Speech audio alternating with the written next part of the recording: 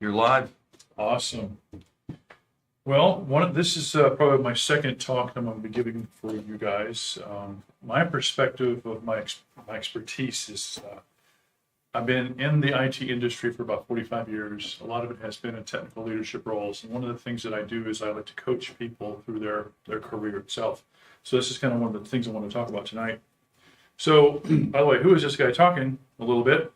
So I've had a chance to work for a couple companies that you might know about. I started out my career at IBM, worked for them for about 18 years. I worked for Apple for 8, worked for GE for a couple of years, Coca-Cola for 4, and I'm currently employed by a company called Capgemini.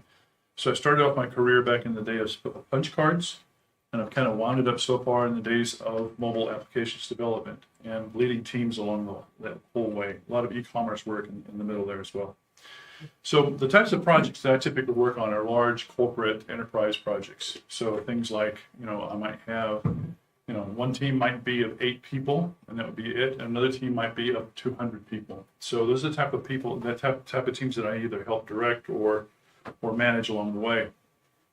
So a lot of my project sizes are kind of in the larger size, where typical projects might be 18 months or longer. A lot of the things that we do is things you see, and a lot of the things along behind the scenes to make things work is what you don't see. Okay, so a lot of complexity in the type of projects I work on. So disclaimer time. So this is my point of view on career management. So it's not, don't take this as gospel about how things go.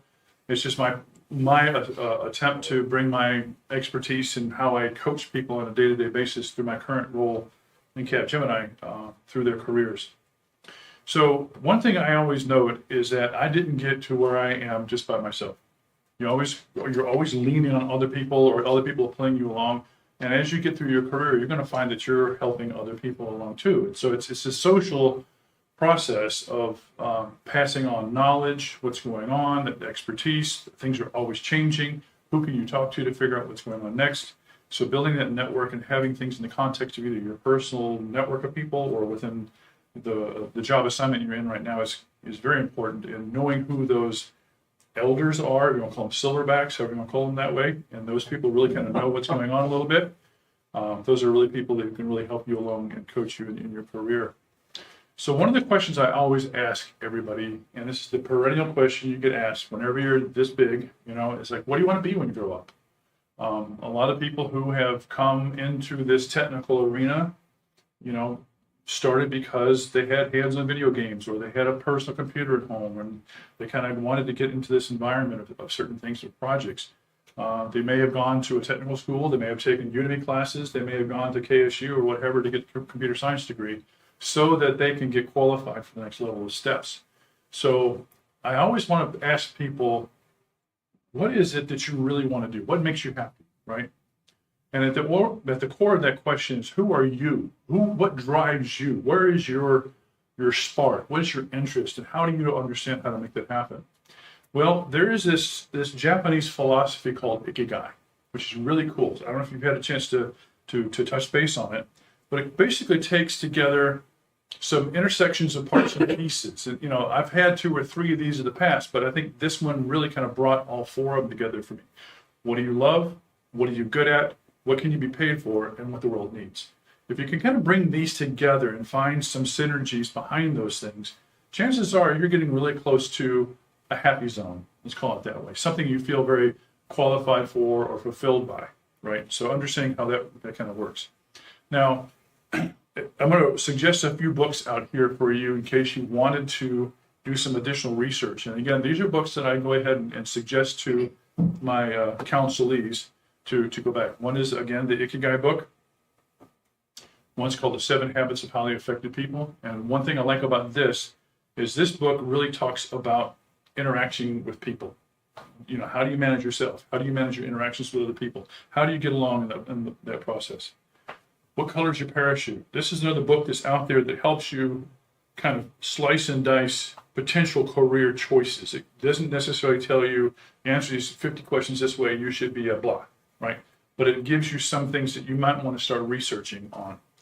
Another one along the same line is The Pathfinder, which is another self-discovery book to where you can ask some questions. It asks you how to think about certain things. And again, hopefully, as you work through this process, you get a chance to feel for, am I doing the right thing or should I be changing some points of view in the process? Now, one of the other questions I ask people, and again, keep in mind I work for Capgemini. Capgemini is a 400,000 person company based out of Paris. We've got a lot of people all over the world. And my question to the people who work on my team, I go, who do you work for? Let me ask you this question. Who do you work for? Emmett, who do you work for? Hopefully myself and my Okay. family. Brandon, who do you work for? My daughter. Okay. The users of my app. Okay. George? I work for my own amusement. Okay. Good. Same answer as last year's except I don't have a daughter. I have Okay. Cool. What about you? Me. Me? Good. So the good news is your answers warm my heart, because what typically happens is people who join large companies figure out, I work for IBM, I work for Apple, I work for Capgemini. No, you work for yourself. You're the one who has to own your career to figure out what's going on, because the company does not necessarily, I don't mean to say this harshly, they don't really care what you do as long as you're being productive for what they need you to do. Okay, it's your job to figure out what is it that drives you, and for you to then go forward from there. To that side, if you think about it, your client would be the company you work for. Okay, so for example, some of you work for Black Airplane, I work for Capgemini. That's my client. I need to do what I can to make them happy, for me to provide value for that. Because if you think about it, at the end of the day, there's a really simple contract that happens. I'll give you 40 hours of my time. You give me some money in exchange for that, or more hours, or more money, or whatever your arrangement is. But the whole point here is to understand what the relationship is, how that works, how that applies to your career. Okay, so if you understand that you're doing something of worth for somebody in the context of things, it goes back to the Ikigai process. Going, what do you want? What do you do that people want to pay you for? Okay. Now, on the projects that I work on, again, more of a technical spin and not, there are some key roles that we typically engage with.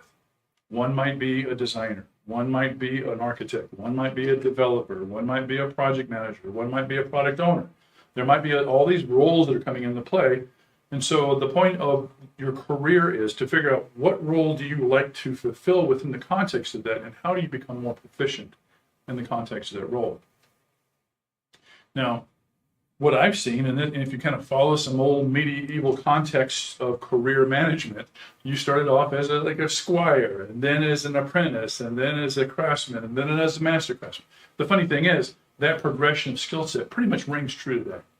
As in, if you find somebody who comes out of college, eager, you want to code, figure out what's going on, or want to design, whatever, they come in and you give them certain things to do, certain safe things to do, under some sort of level of supervision. As they become more proficient and able to produce, you kind of turn them loose and become, and then they grow. And so hopefully they come up through this process going, you're a domain specialist, a senior, now you're the go-to authority with this whole process, and you go through project leadership, and then eventually, whether you own your own company or what have you, you're in a leadership or strategic direction position. Now, a lot of these components and perspectives of this, to be good along this career path, is you have to have some characteristics. Relevance. Are you relevant to the business you're within? Curiosity. How much invested are you in really trying to figure out how to grow and understand what's going on under the covers, what's going on?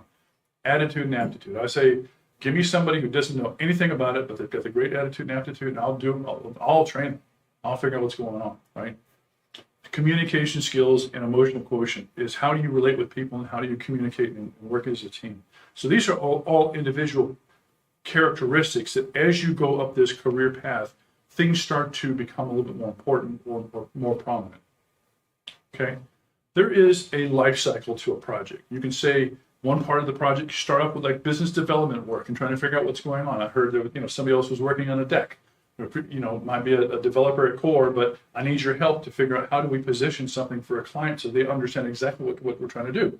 And you've got the best perspective on how to represent that. So you still have to kind of stretch between all these different aspects of what a project lifecycle could be. The more people on a team, probably the more specific of a role it might be. The less people on a team, chances are you have a need to be stretching on multiple parts of these things. So there are components of starting a project, implementing a project, developing a project, testing a project, deploying a project, ongoing support of a project, that our life cycle of what we do is required. So each one of those can be a career in its own, depending on where you are in a particular company. Okay. However, one of the things that I really like to make sure people see is when they get into an environment, they're in there, they're focused on what's going on, they're developing code or, putting out test cases or what have you like this. If you lift your head up and look at more of a horizontal view of what you're trying to do, there's at least 3 different areas here to talk about: people, process, and technology. Almost every project has these perspectives. So people, for example, you want to make sure that in the context of people get together, they produce well, they work correctly, everybody understands what they're supposed to be doing, and they communicate well. Process, there's task clarity. Do I know exactly what I'm supposed to be doing and why? What is my end goal that I'm going for? Or what is the end goal the whole team is going for? And there's probably an established pattern or way of doing things that hopefully, if you've never done something like this before, somebody will teach you how to do it. Or in the context of you being the senior, maybe you're the one who's teaching everybody how to do it the right way. And the technology of this concept is competency of the tooling, making sure that you're kind of a master of your domain, what's going on. Understand how components relationships work. So for example, if you're working on a front end of a project, how does it work with the context of components in the back end of things? How do you know how to promote your code through a production cycle necessary to make it be able to sign and deployed and consumed by other people? And then be current and relevant in what's going on. So, if you're a COBOL programmer, obviously there's probably a waning need for you, but, if you can be a little more up to date in your skill set, the more employable chances are you'll be. Now, in the context of a career, what's the definition of luck? Anybody? The intersection of opportunity and preparedness. Did you look at my slides before? Yeah. Okay. So it's exactly right. It's one of those things to where, if you are prepared for something and an opportunity comes up for you, you're lucky, as in you're the right person for the job. Look at it from the employer standpoint of trying to figure out, I've got a job need. I want to find somebody that fills the hole. But, if I ask for a bricklayer and I get a carpenter, a plumber, unless that person is very flexible from a skill set, I'm getting wrong staff. But if I have somebody who has, I'm asking for a bricklayer and somebody's done a backyard project, with cement blocks, okay, you got the context and maybe I can teach you what's going on. So again, preparedness with opportunity. So the question is, how do you prepare? So obviously there's training courses out there you can take. Maybe you go through an apprenticeship, as you're trying to, you provide some free time for a level of experience, you come back. Do it. Take a project and make it happen, right? Teach a project that you're trying to do. Build a portfolio of what's going on and lead a project. In fact, in the medical community, there is this concept called learn one, do one, teach one. If you can get to the point where you can teach something, chances are you've mastered it enough to communicate and understand how things go. And again, that's a level of competence or preparedness you can have. Now, other people might say, okay, look, I've come up through my career, I've mastered Java, JavaScript, TypeScript. Now I'm getting into Flutter, Dart, that type of stuff. What else do I need to focus on? Well, obviously there's other things. The technical relevance of the technology is important. Personal relationships, because again, I'll go back to the point saying, chances are, for the most part, most projects I've seen that have scale to them require interaction with people. You got to learn how to get along with people. Presentation skills. You have to be able to communicate an idea. Even going to a whiteboard and drawing things up and making sure people are aligned with what's going on. It's a very important thing. Business is a contact sport, right? Who are you? You could be the best developer out there, but if we don't know who you are or haven't seen representation of what you've done, okay, right? And this goes back to managing your brand. Being able to put some stuff out there in front of people that says, hey, look what I've done. Here's a demo of an application. Here's kind of you building your portfolio in a way. Other parts of this is negotiations. In fact, I think George and we were talking a little bit beyond here, where there was a situation in his work where he gets to talk to his management and have negotiations about what is in scope and what's not in scope. Being able to understand how to negotiate and figure out what's going on is a very valuable skill. It's okay to say no, believe it or not, but understand why that things have to happen, and make sure you've got some relevance to what you're doing. And again, there's some certain soft skills. Again, communications, working with people, etc. like that. Now, here's some scary areas that people typically talk to when they get involved with their career. One, imposter syndrome. There's, oh, I can't do this. I'm never, it's always somebody else. Yeah, there's always going to be somebody better than you. But for you to be able to do something, that puts you ahead of 75% of people out there. Okay? You may not be the best, but you know what? Neither is every craftsman out there. But what they do is they practice, they develop, they deploy, they produce. And every time you do that, you hone those skills necessary to get stuff done. Burnout. You know, I'm sitting here doing 70 hours worth of work on a week. Why? Why are you doing that? Right? There should not be a reason. Again, we'll go back to that contractual interaction that, you know, somebody screwed something up and everybody, the team's going to come together. Okay, it happens. You might have to burn a weekend or two to get some stuff going. Got it. But if you do this for 3 or 4 months at a time, forget it. This is not cool. You got to stop and figure out what's the right thing to do. And again, that might be a negotiation you have with your management or what have you. Boiled frogs. You know, I mean, if you heard of the boiled frog syndrome, right?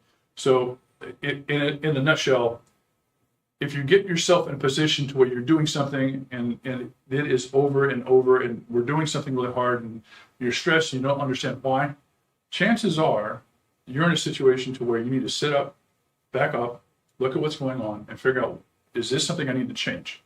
Whether it might be the employer, it might be the job, it might be certain things that come into play.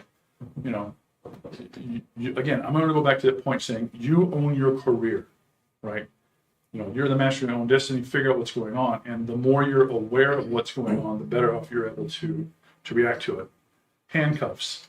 Just because a job pays you buttloads of money and stuff like this to justify a particular thing, does that mean you have to sacrifice other things?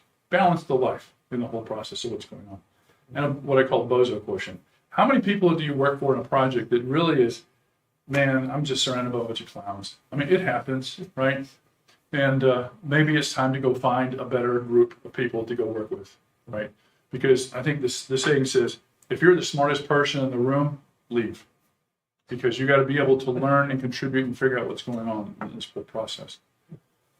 So my suggestions for growth in this, how do you grow your career? Be terminally curious. Always be challenging things. Ask questions. Learn something new.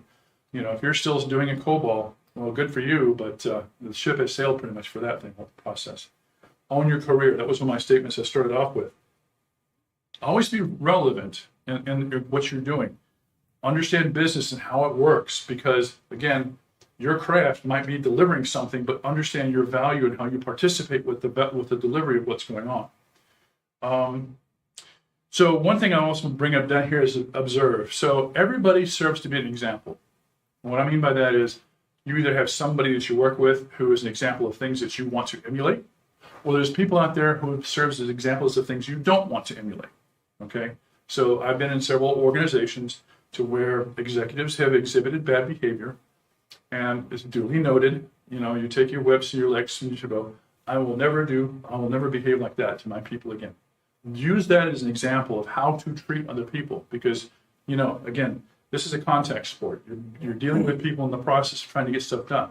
You know, I guess the thing is, again, servant leadership or be humble in this whole context of things. And I'll kind of leave it at this. Don't be that guy, right? And so my story goes like this. So I joined Capgemini about 10 years ago. And I left IBM on a Friday. I joined Capgemini on a Monday. They herd you into a room similar to this, 40, 50 people deep, all kind of newbies, new hires. They go through about a 2-day orientation session, and they give you your laptop and say, go be productive, right? At the end of the presentation of the orientation, we bring in an executive. And the executive, one of the questions to the executives, how do you be successful at Capgemini? You get a very simple answer. Don't be a dick. Okay? So don't be that guy. I guess is the best way I could say how to be successful in your career. Always be helpful. Understand this is a people business as much as it is a technology business. And whatever you can do to help them through their career, chances are it helps you in your career. Okay? Any discussions? Thoughts? Does it work? Yeah, you've played a lot of different roles over the years. Yep.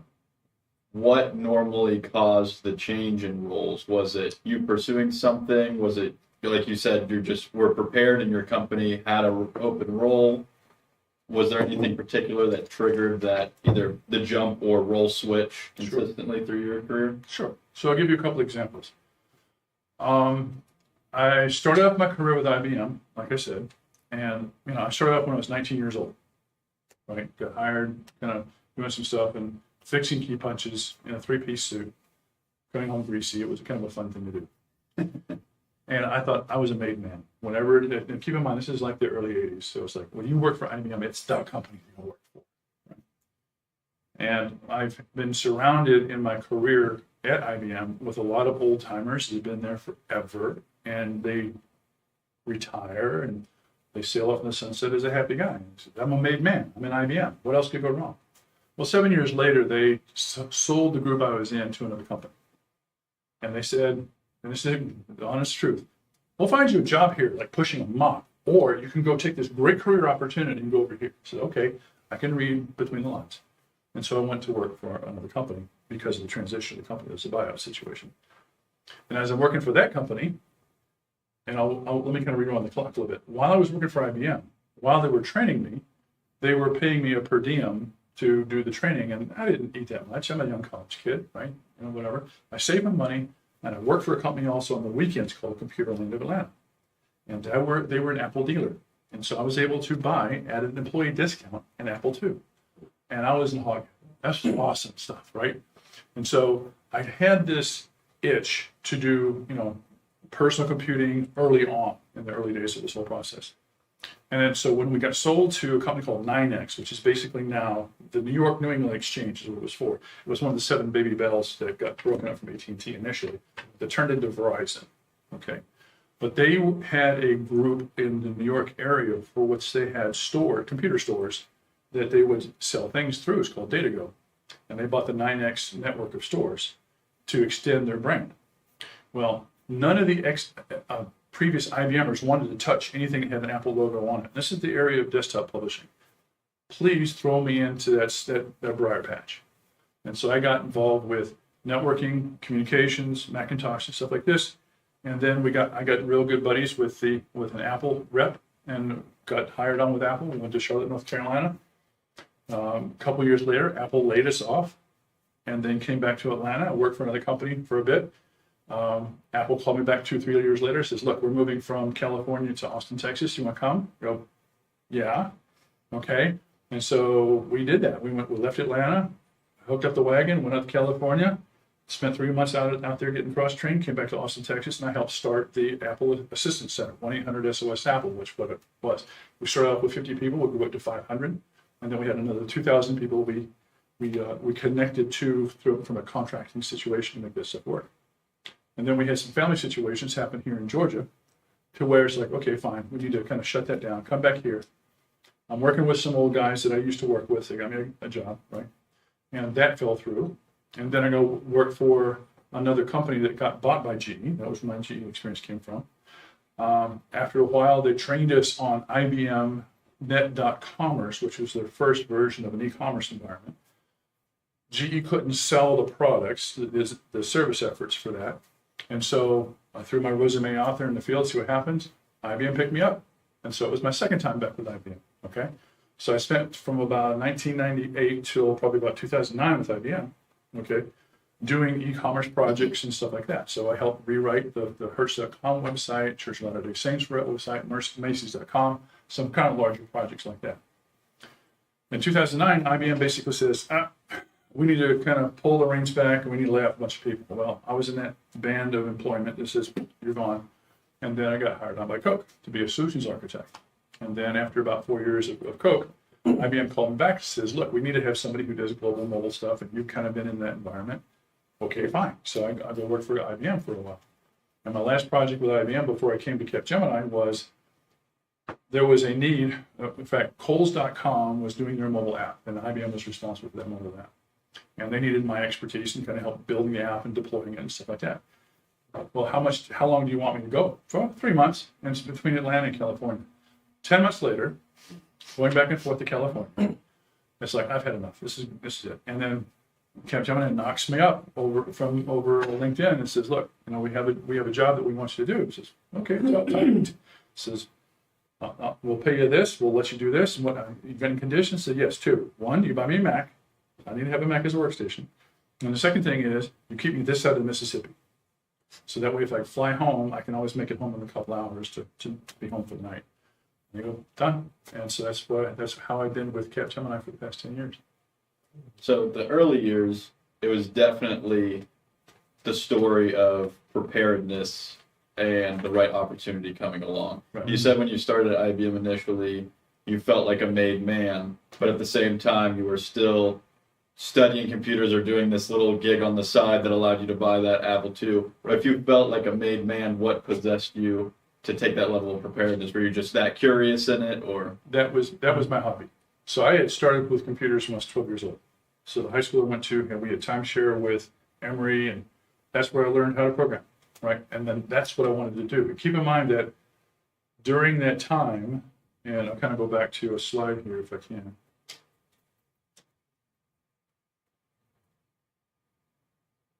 Okay, I mean, we're back over here somewhere, right? PCs are just starting to come out. The majority of everything you did was mainframe or microcomputers or whatever like this. So the sense of being able to have a personal computer was just like, was just amazing, right? And so I just had to scratch that itch. And so I did that for a while. In fact, that experience of having a PC or having a Mac, at the time, if you'll notice, the IBM PC was there. So that's 1981. I joined IBM in 1980. By 1982, I'm down in Boca Raton working for IBM on the PC projects.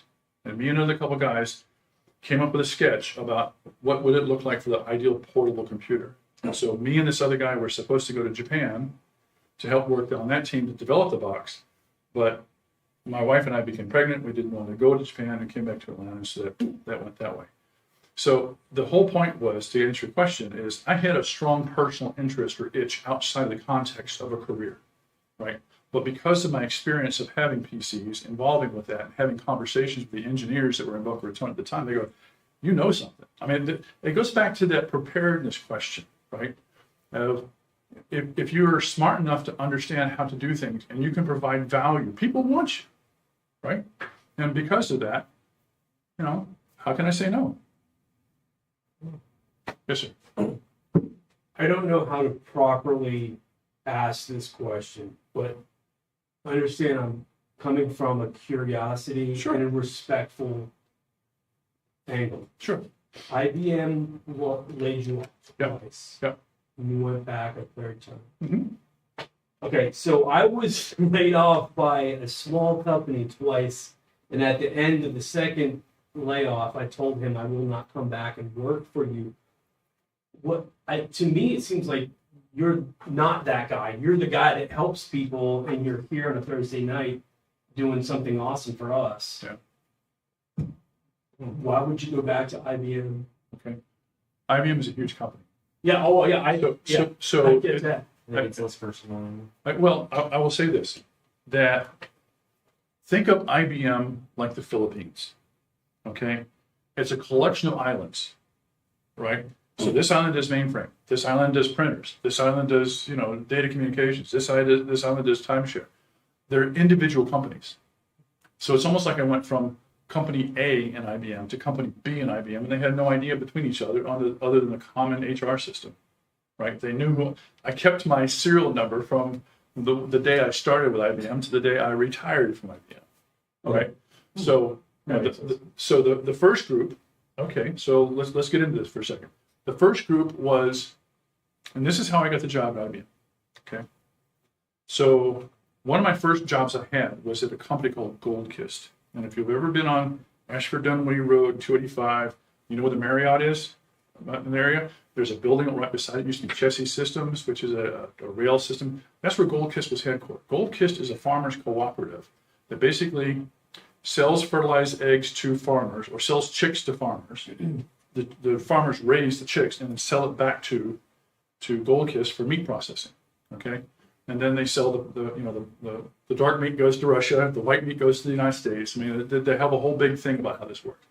They needed to have somebody, because his PhD didn't know how to understand how to run his computer, to basically operate that computer. It was basically an IBM desktop. It was a precursor to the PC.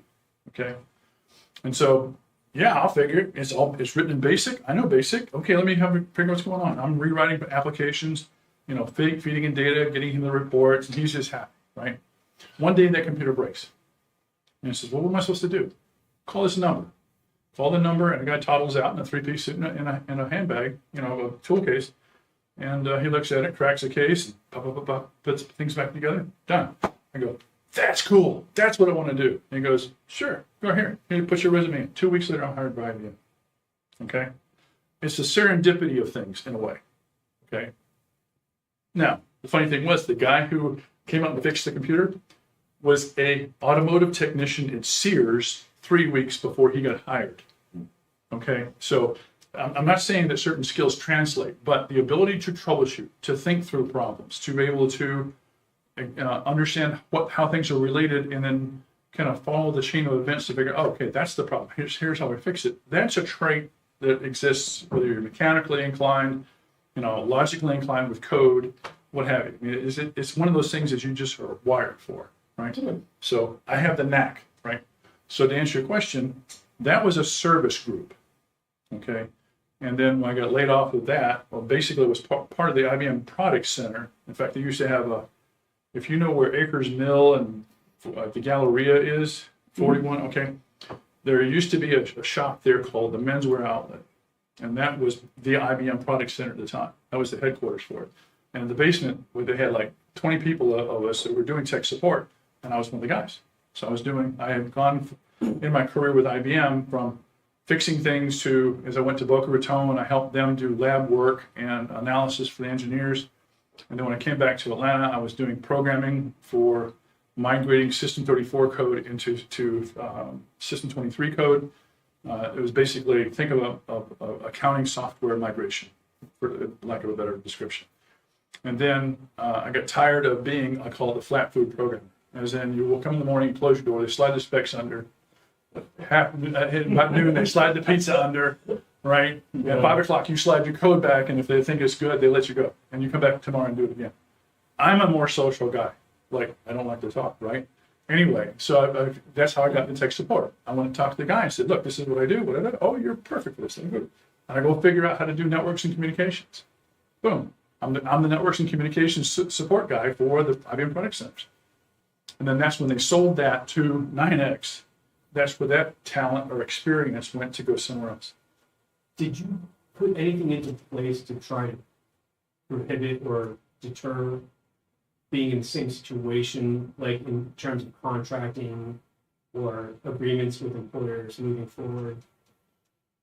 So, no, because you used an interesting word there, and I'll expand upon it in a second. My relationship or my understanding of employment was I work for a company, and that company has terms and conditions and blah, blah, blah, and I conform to that. And as long as I conform to that and behave correctly, I get a paycheck. Woo-hoo, right? A contractor, to me, as I've come to know, has a different level of mentality sometimes because of, where are the boundaries? What's the contract between me and them? To be very clear, as a manager, if I have a contractor and a full-time employee, I cannot treat the contractor the same as I have to be very specific about what the contractor does. I can be a little bit more fluffy about what the employee does because there's a different level of understanding here. Like there's a terms and conditions about how the contractor works. There's a terms and conditions how the employee works, right? So if I was a contractor, or let's say tomorrow Capgemini lays me off, I might want to go, hang my own shingle and be a contractor of some sort, maybe for a Black Airplane, who knows? And I'll come back and say, okay, this is what I do. For this many hours, for this rate, this is what you get. Boom, that's the contract, right? You have to understand how that mentality works differently than probably an enterprise employee type of thing. So the short answer to your question is no. In your experiences getting laid off, what was the longest you went without work? About a month. About a month? Yeah. So not like you didn't have extended periods of you just couldn't find work? I will say that, I will be honest with you, was there panic involved? Yes. right? Because I'm now responsible for my wife and 4 other mouths. Yeah. So I got to figure out how to feed these guys, right? And this probably says, I probably jumped at some jobs that were okay for the moment, but there were better ones if I had farmed it a little bit better. I have no regrets. I mean, that's one thing I will say. In fact, I've got a little sticker back here that says Semper Gumby. So always be flexible. So if you know who Gumby is, right, and that's the whole point of the career path here. Always be flexible to do something different. So let me kind of apply that back to my Capgemini experience. So I came into Capgemini as a mobile architect leading mobile projects. Okay. And there's feast or famine in an organization when it comes to this. And one of the times is like, and as a consultant within an organization, you are measured upon utilization. How many hours are you billed out versus how much they pay you for? And the lower the utilization, the more apt you are to get laid off. So if you know what the magic is, you know that what you want to do is become as employable as possible or deployable as possible and get to engagement.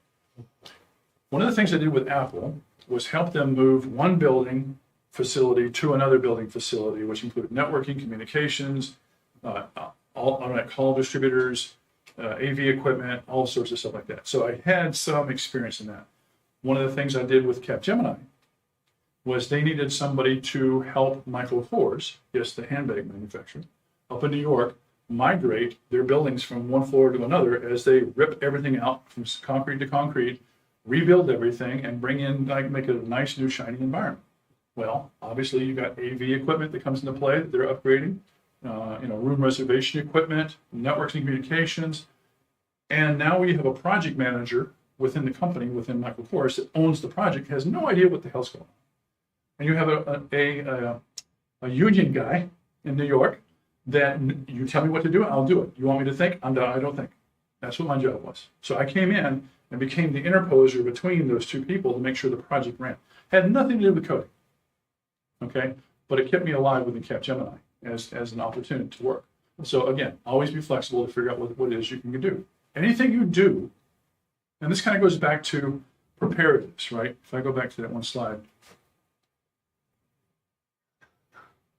Okay, training. I just want to say this, and I know this is come across crass, but understand that the intent of the there's an honest intent behind the comment. I will talk to an employee and say, look, I can strip you naked. I can take everything away from you. What I cannot take away from you is what's between your ears, right? If you get smart, you get trained, that goes with you wherever you go. Always be training, always be flexible, always be learning something, because nothing's more constant in this industry than change. Punch cards to mobile devices.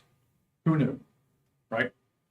So just be available to be there and help. I mean, and this is kind of one of the things I'll say here is rise to the need of the moment. Volunteering, troubleshooting, and solving the issue at hand. Avoid brainstorming, right? Or blamestorming, I should say, right? So whatever you can do to be of value to the organization in the moment provides, again, that's the type of person I want to work with. What are the type of people you want to work with? Be that person. Coach those people. That's what you want to do. That's the culture you want to make sure that you can affect as you are moving along in your career.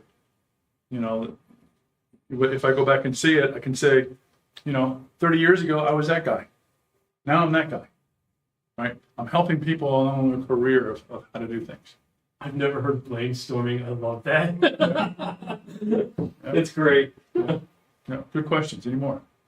Yeah, it sounds like there's a level, like you keep mentioning preparedness and training and rising to the occasion, but it sounds like a very big theme is humility and putting your ego aside to go back for the company that laid you off, because like you said, it might be a different island, different need, or being involved in a project that, God forbid, is not coding. Yeah. And you're putting your ego aside to say, this is where the need is, I'm going to serve you. It's servant leadership up there. Yeah.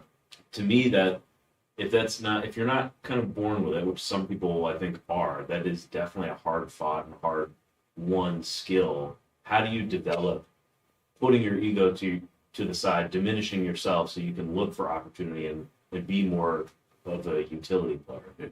Good question. I'll bring up a couple examples. There, in a lot of my engagements of where I've been deployed or work along the whole process, you see certain personalities. Certain personalities are the ones that kind of come in and hunker down in the cube, and that's what I do. I don't do anything else. Don't ask me questions. I'll come in, do my 8 hours, I'm gone.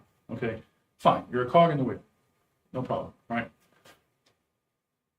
I'll go back to the phrase, you look at the people who are around you to figure out what do you want to emulate and what do you find value in. And you see, when it comes around hatchet time, the people who are the cog in the wheel, who don't provide real good value, who don't have that flexibility, what's going on, they're the first ones on the chopping block, right? So I hate to say it, it's a bit of a herd mentality. You don't want to be the back of the herd, right? So you want to think ahead about how can I lead the herd? How can I be in the front quarter of the herd so that, as things go, I'm considered valuable to make things happen, okay? Conversely, there have been other bad behaviors that I've been witness to in other projects. Like you get a person in who just thinks they're just the cat's meow. They know every damn thing there is to it, and you don't know nothing, and I'll take it over, I'll make it work. We call it hero syndrome, right? And that works for a while. Okay, fine, you've got to set up a fire. Thank you very much, appreciate it. But the problem is that person doesn't take the effort or time to figure out how to train their replacements so they can do something else. And that's, I guess, another thing in the context of a career is saying part of your mentorship journey should be the fact of if what you're doing at the moment, which has value to the company, cannot be solved or supplied by somebody else, you're stuck. The only option you have is to quit or get fired, one of the two, right? If you're smart enough, again, think about this apprenticeship level. If you go out and find somebody that you document your work, what you do, you train somebody else on it so that you can take a vacation, you can take some sick time, and the company doesn't fall apart. Okay, if you can get to the point where you can train somebody else, you now have the flexibility to go do something else. Right. And I'll give you an example.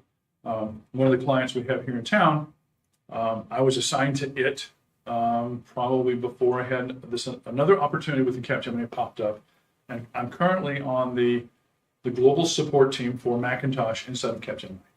So there's about 15 people across the globe. I'm one of the guys, right? This is something I do. I love the Mac, as you can probably tell, being an Apple bigot, up front, that this is what I want to do and help other people in the context of the company. But I was doing the mobile stuff there. And I'm going, hey, I want to take this advantage. They go, good. Who are you going to replace yourself with? Okay. This is why I went back to say, you own your career. You own what's going on. If you can figure out, if you know what that position is and what it takes to replace somebody and get somebody in there to take your place, you can go do something else. You control where your destiny is in the context of things. Otherwise, the contract with the company is the fact that, nope, that's the position we have you plugged in. This is what you do until otherwise. Okay. Great questions. I'm having more interaction than I expected. This is awesome. What role did internal networking versus just general external going to networking events like this where you don't know many people? What was the balance of that throughout your career? Good question. So, as you can see, I like to talk. And one of the things I did was also volunteer and be part of both the internal IBM users group as well as the external IBM users group at the time the PCs were hot, right?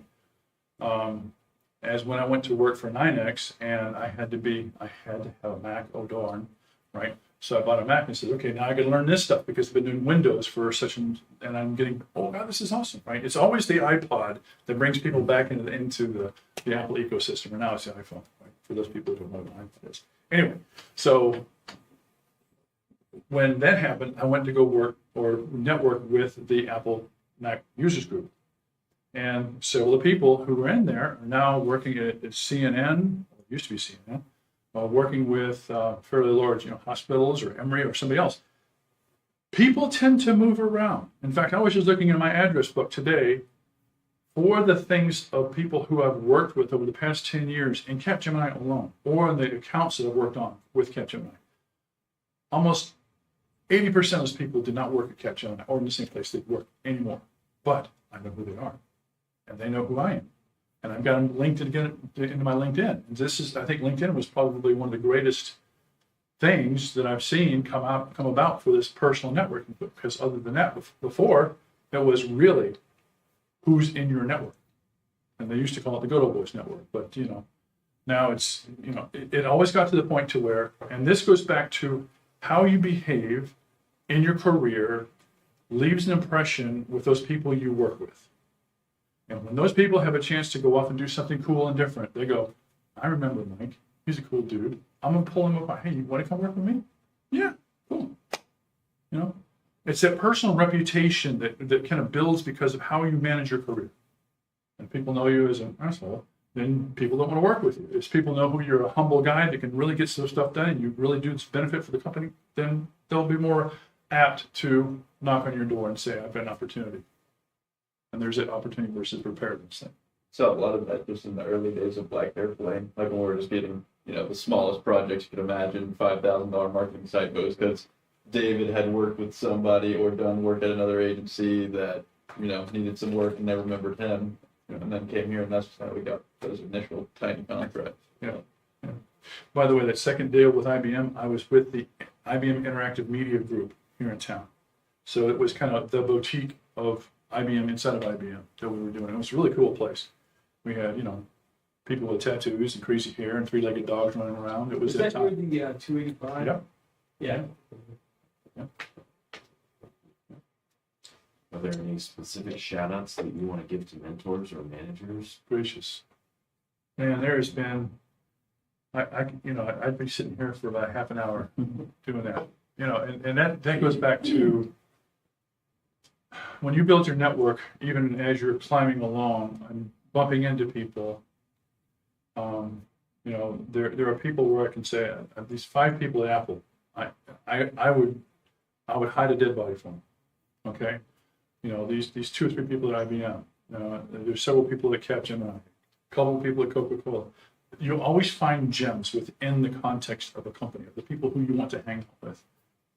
Just as much as we have a networking opportunity here at Coca-Cola, we used to have, because there were so diverse groups within Coke, we had a place called Thinking and Drinking, and we'd go down to Manuel's Tavern on second Thursday of the month or whatever, and all the arbitrary architects across would come together and we just BS and moan and stuff like that.